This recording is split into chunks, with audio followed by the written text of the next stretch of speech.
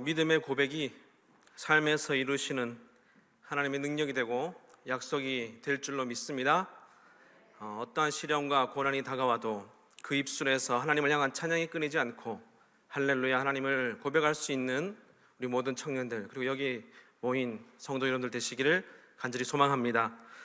오늘은 표적을 헐고라는 제목을 가지고 함께 말씀 나누려고 합니다.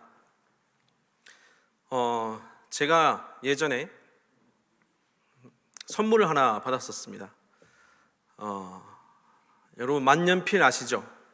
아주 비싼 볼펜입니다. 선물을 받았을 때 꽉도 상당히 크고 또 묵직한 것이 여기에 무엇이 들었나 되게 기대가 되었습니다. 그래서 제 손바닥보다 더 훨씬 큰 그 곽을 열어서 보니 아주 크고 아주 끝에도 이렇게 금장으로 되어 있고 아주 묵직한 만년필이 이렇게 들어 있었습니다.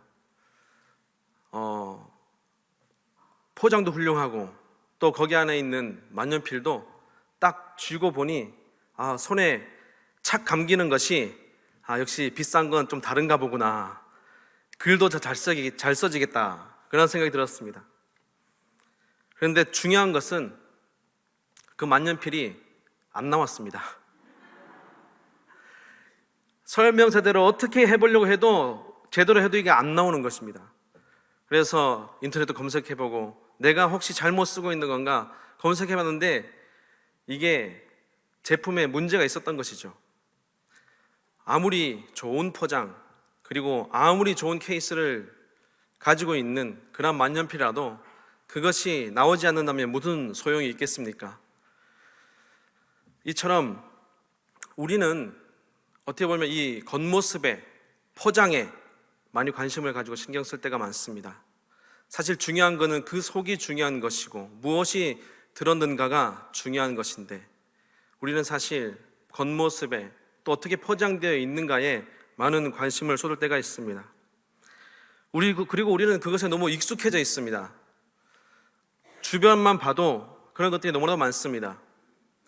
집에서 음식을 시키면 항상 그 음식을 설명하는 그 사진과는 조금 다르게 옵니다. 사진에는 푸짐하고 여러 가지 재료로 구성되어 있지만 사실 오는 음식은 그것에 좀 못 미칠 때가 많습니다. 그래도 그것에 대해서 너무 익숙해져 있다 보니 그냥 먹게 됩니다.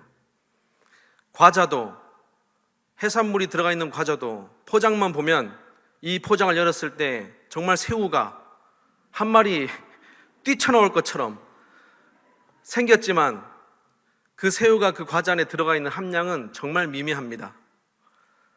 또 누가 저에게 선물을 줘서 홍삼을 매일 꾸준히 먹었습니다. 그런데 얼마 전에 뉴스가 났더라고요. 함량 표기를 잘못한 거짓말한 회사의 제품을 저는 열심히 먹고 있었습니다.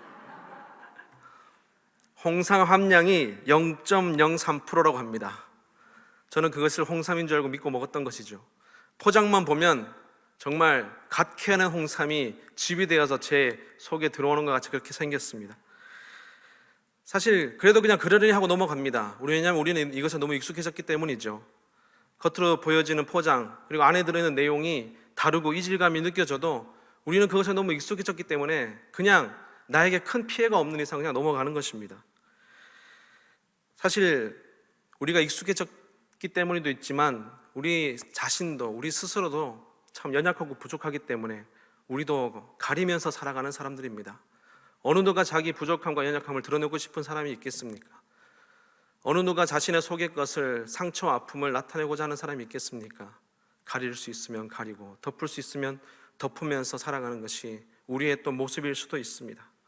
또 우리는 간혹 가다가 우리 스스로를 포장합니다. 그렇지 않아도 그런 것처럼, 안 괜찮아도 괜찮은 것처럼 그렇게 살아가는 경우가 있습니다. 우리는 연약하여서 그런 것에 익숙하고 또 우리 자신 스스로도 그렇게 행할 때가 있지만 우리는 한 가지 결코 잊지 말아야 할 것이 있습니다. 그것이 무엇인가 하면 우리의 중심과 우리의 마음은 하나님 앞에서 있는 그대로 나타내어져야 되고 드려져야 된다는 것입니다. 우리가 너무 그것에 익숙해졌다 보니 우리의 믿음도 우리의 신앙도 포장할 때가 너무나도 많습니다. 우리의 중심도 그렇지 않은데 하나님 앞에서 그런 것처럼 행할 때가 너무나도 많습니다. 그러나 하나님께서는 그것을 결코 원치 아니하십니다.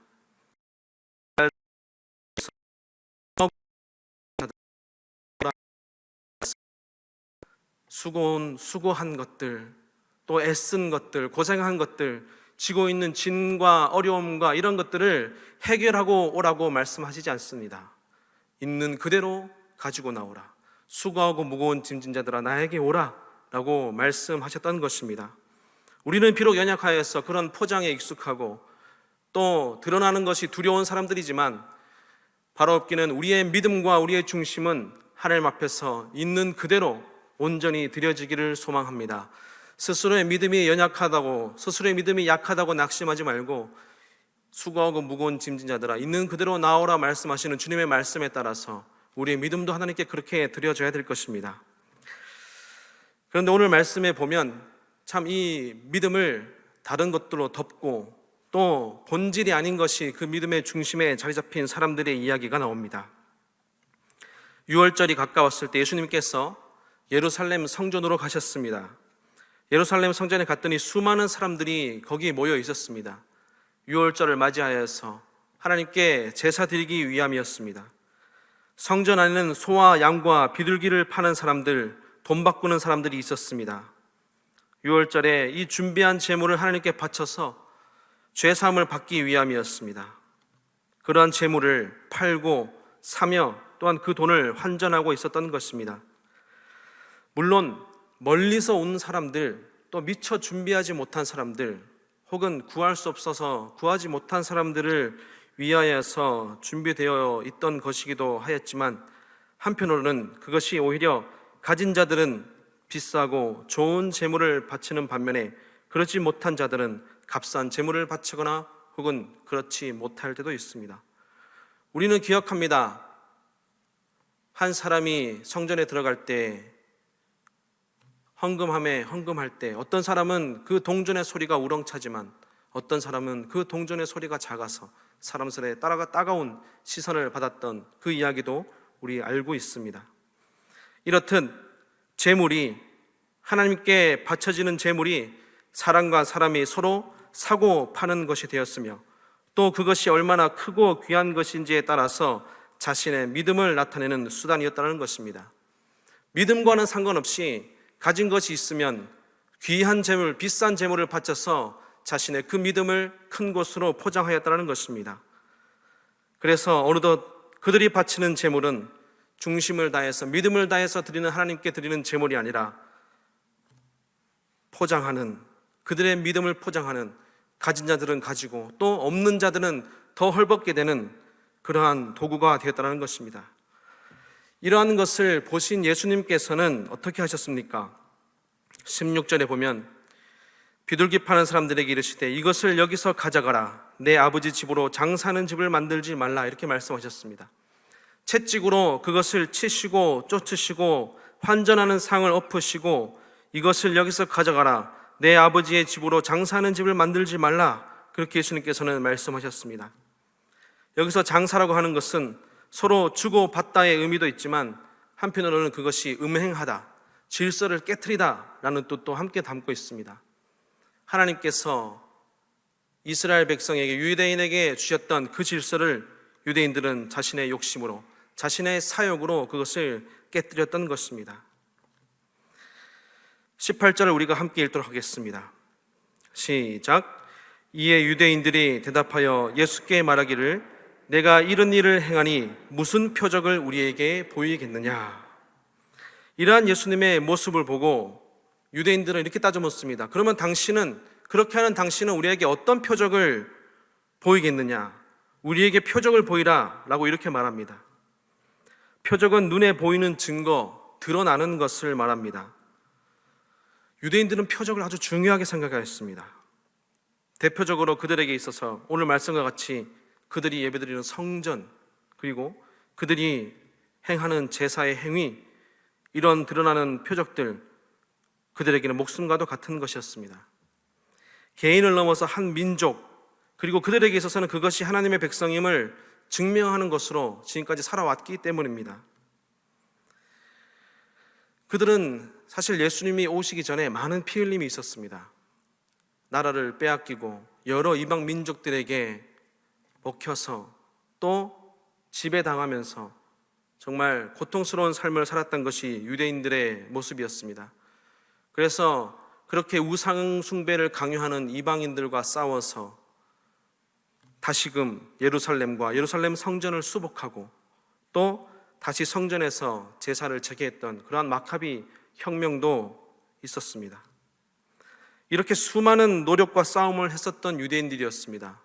성전을 지키고 또 다시금 어떻게든 하나님께 제사할 수 있도록 그것을 다시 수복하고, 그러나 너무나도 안타깝게도 그들의 노력과 그들의 애씀이 오히려 그들을 하나님과 멀게 하였습니다.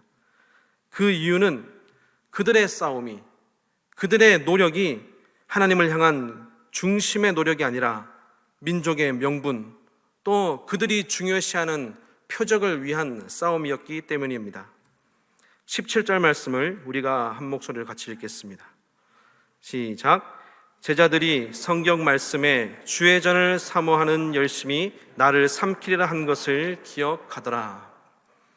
주의 성전을 사모하는 그 마음, 말 그대로는 정말 하나님을 사모하는 그 마음인 것 같았으나 그들은 그들에게 있어서 하나님을 향한 중심 이전에 그들의 민족성을 지켰어야 했고, 그들이 다시금 예전처럼 살기 위하여서 자신들의 믿음을 드러내기 위하여서 예배드리고 제사하기 위해서 그들은 표적을, 즉 자신의 믿음을 지킨 것이 아니라 건물을, 그리고 그들의 행위를 위해서 싸웠던 것입니다.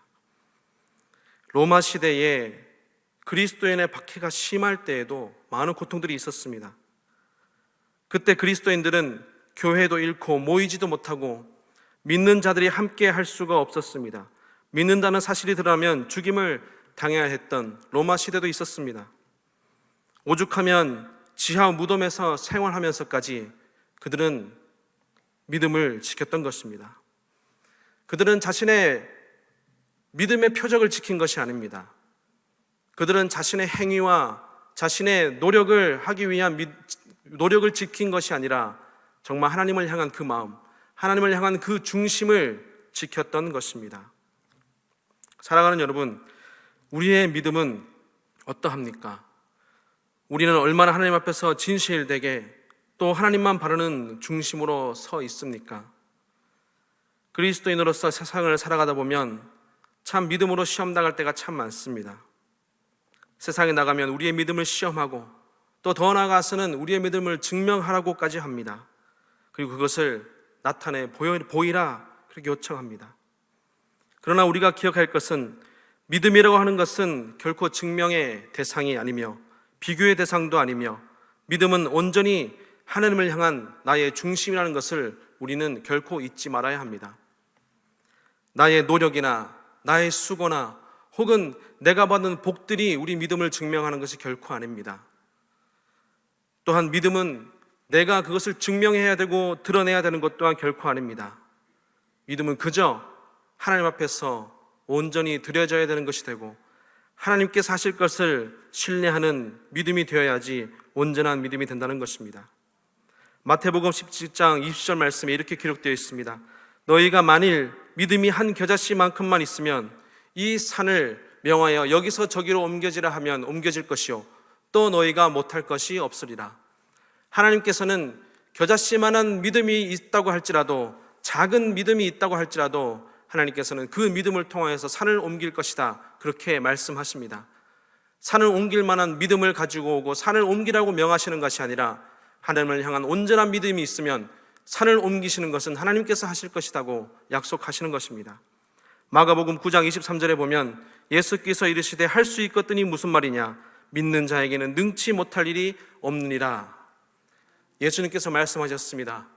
하나님께서 하신다는 그 믿음이 있으면 능치 못할 일이 없다. 우리에게 그 믿음을 증명하고 그 믿음을 통해서 행하라고 말씀하시는 것이 아니라 하나님을 향한 그 중심, 온전한 그 중심이 있으면 그 믿음을 통하여서 하나님께서 일하실 것이라고 약속하여 주시는 것이기 때문입니다. 우리의 믿음을 나타내시는 분, 우리의 믿음을 증명하시는 분, 우리의 믿음을 통하여서 일하시는 분은 오직 여호와 하나님이시라는 것입니다. 그래서 우리는 더욱 있는 그대로 순전한 믿음을 가지고 하나님 앞에 나아가야 됩니다. 우리의 믿음을 덮고 있는 수많은 포장들을 벗겨내야 합니다. 혹여 나의 수고를 곧 믿음의 증거로 삼고 있는 것은 아닌지, 내 삶 속에서 겪었던 경험들이 내 믿음의 중심이 되어 있는 것은 아닌지 우리는 돌이켜 보아야 합니다. 여러분들 혈류병 여인 이야기를 아실 것입니다. 자신의 병을, 연약함을 고치기 위해서 많은 의사들에게 부탁하였지만 다 실패로 돌아가고, 시간과 물질과 돈을 쏟아부었지만 결국 그것도 다 실패로 돌아갔습니다. 여인 스스로가 자신이 애쓰고 수고했던 노력이 실패로 돌아갔을 때에 좌절하고 그 대가를 받지 못함으로 인하여서 낙심하였다면 어찌 되었겠습니까? 그러나 그 여인은 군중 속으로 들어가서 예수 그리스도의 옷자락을 붙잡았습니다. 자신이 지금까지 해왔던, 자신의 의로 행했던 노력이 자신의 믿음으로 자리 잡는 것이 아니라 예수님께서 하실 것이라는, 예수님 옷에 내가 손을 닿으면 병이 나을 것이라는, 주님께서 하실 것이라는 믿음으로 그 옷자락을 붙잡았던 것입니다. 그러한 중심이, 그러한 마음이 예수님의 마음에 하늘에 닿았다는 것입니다. 이방인 출신의 앞을 보지 못하고 거지의 삶을 살았던 바디메오도 예수님을 불렀을 때 사람들이 잠잠하라, 조용하라 라고 외쳤지만 그는 더 크게 주님을 불렀습니다. 자신을 누르고 있던 그 모든 것을 오직 주님만을 바라는 마음으로, 주님만을 만나고자 하는 그 중심으로 외쳐서 불렀다는 것입니다. 그동안 그 자신이 얼마나 그 가운데 서서 고생하고 애쓰며 얼마나 열심히 구걸하였는가는 그 순간 중요하지 않았습니다. 예수님께서 온전히 나의 믿음을 통하여서 하실 것을 기대하는 마음으로 예수님을 크게 불렀습니다. 예수님께서는 그것에 응답하여 주셨고, 바디메오는 자신의 덮고 있던 그 겉옷까지도 벗고 예수님 앞에 있는 모습 그대로 나아가게 되었습니다. 믿음이라는 것이 무엇입니까? 믿음은 온전히 하나님을 향한 것이 믿음이 되어야 합니다. 믿음은 온전히 예수 그리스도 하나님께서 하실 것을 믿는 믿음이 우리의 믿음이 되어야 된다는 것입니다. 그들의 마음에는 오직 예수님을 바라는 마음, 그의 옷자락을 잡고 그의 이름을 불렀을 때 주님께서 하실 것이라는 그 소망이 그들에게 있었다는 것입니다. 오늘 말씀 19절에서 21절 우리가 함께 읽도록 하겠습니다. 시작. 예수께서 대답하여 이르시되 너희가 이 성전을 헐라 내가 사흘 동안에 일으키리라. 유대인들이 이르되 이 성전은 46년 동안 지었거늘 내가 3일 동안에 일으키겠느냐 하더라. 그러나 예수는 성전된 자기 육체를 가리켜 말씀하신 것이라. 아멘. 예수께서는 말씀하셨습니다. 너희가 이 성전을 헐라, 그러면 내가 사흘 만에 다시 짓겠다. 유대인들은 그 성전을 예루살렘 성전 건물로 이해했습니다. 그러나 주님께서는 자신의 몸을 빗대어서 성전이라고 말씀하셨던 것입니다. 제자들은 예수님께서 다시 살아나신 후에야 그 말씀을 깨달았다라고 기록되어 있습니다. 예수님께서도 우리에게 말씀하십니다. 성전을 허물라. 그 성전이 무엇이겠습니까? 우리의 믿음 가운데 자리 잡혀 있는 그런 모든 포장과 그러한 비본질적인 표적들을 허물라고 말씀하시는 것입니다.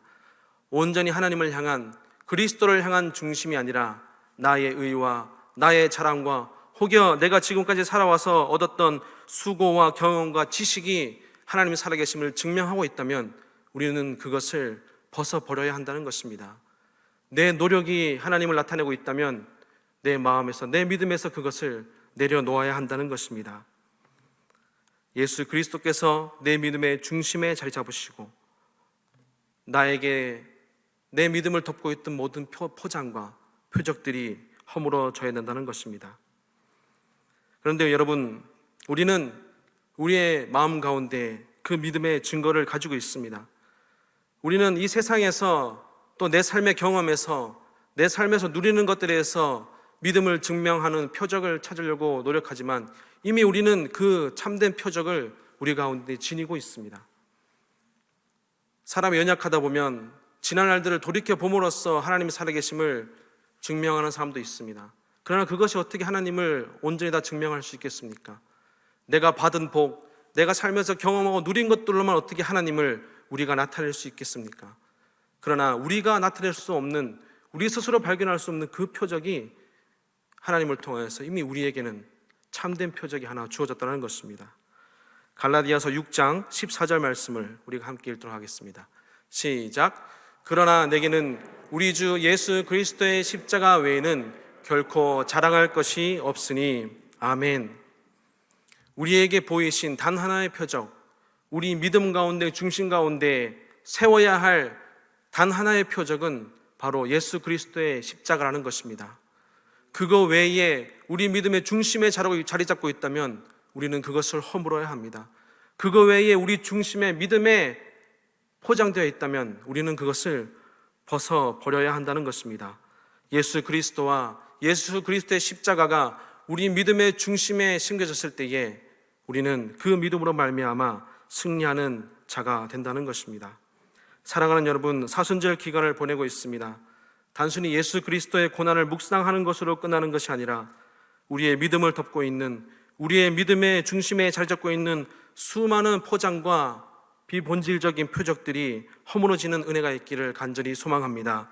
주님께서 십자가에 못 박혔을 때, 나도 그리스도와 함께 십자가에 못 박혔음을 고백할 때에 우리 마음과 중심 가운데 있는 그러한 표적들이 무너지기를 소망합니다. 우리의 믿음을 나타내는, 우리의 믿음을 증명하는 것은 오직 예수 그리스도와 십자가밖에 없음을 믿음으로 깨닫는 저와 여러분들 되시기를 소망합니다. 우리의 믿음을 우리가 증명하지 않아도 하나님께서는 십자가로 이미 증명하셨습니다.